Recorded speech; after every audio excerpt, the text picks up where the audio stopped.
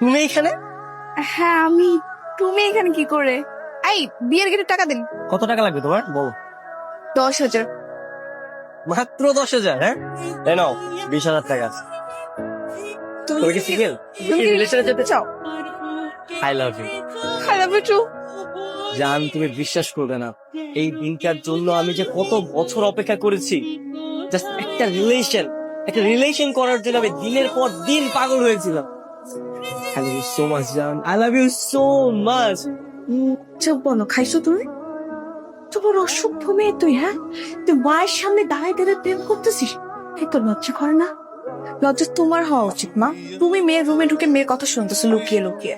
তুমি জানো না কত প্রতীক্ষার পর আমি এই প্রেম পেয়েছি? এই ভালো দেখো আমার গার্লফ্রেন্ড কেমন, হ্যাঁ?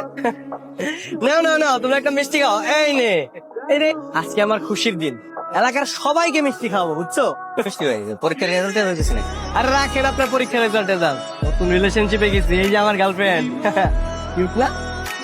তোমার ছেলে রাস্তাঘাটে লুতুপুতু প্রেম করে বেড়াচ্ছে, আর সেই উপলক্ষে সব মানুষকে মিষ্টি খাইয়ে বেড়াচ্ছে। আমাদের ছেলে যদি রাস্তাঘাটে এইসব কাজকর্ম করে বেড়ায়, তাহলে কি আমাদের মান সম্মান থাকে বলো? ওকে বিয়ে দিয়ে দাও। বিয়ের বয়স হয়েছে তো, বিয়ের দায়িত্ব যখন ঘাড়ের উপরে পড়বে তখন দেখবে একদম ঠিক হয়ে যাবে। কয়েকদিন ধরে তোমার সঙ্গে রাত জেগে কথা বলতেছি, প্রচন্ড ঘুম পাচ্ছে। ঘুমায় যাই। ফোন রাখলে আমার মনে হয় যে এই বুঝি তুমি রিলেশনটাও রেখে দিলে। আসসালামু আলাইকুম শ্বশুর বাপ্পি, জি মানে আঙ্কেল। কতদিন ধরে চলছে এসব? 1 মাস ধরে চলছে।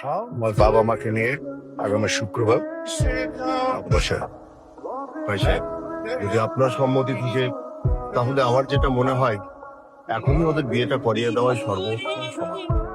আমারও তাই মনে হচ্ছে। আগামী মাসের 15 তারিখে হচ্ছে।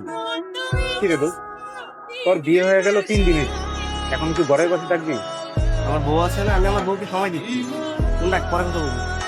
বিয়ে মনে হয় এই দুনিয়াতে কেউ করে নাই, তুই একলা করতো। আমাকে ইয়ামিন ওই বিয়ে করে নাই, হয়তো বিয়ে কইরা বিয়ের দিন সারা রাত আমাদের সাথে আড্ডা দিছে, দেন বাঁচাই গেছে। আরে বেটা, ও তো একটা ছাগল, ওর সাথে তোরা আমার তুলনা করছিস? দেখ, আমি আমার বউকে সময় দিচ্ছি, আমাকে আর ডিস্টার্ব করবি না, ফোন রাখ।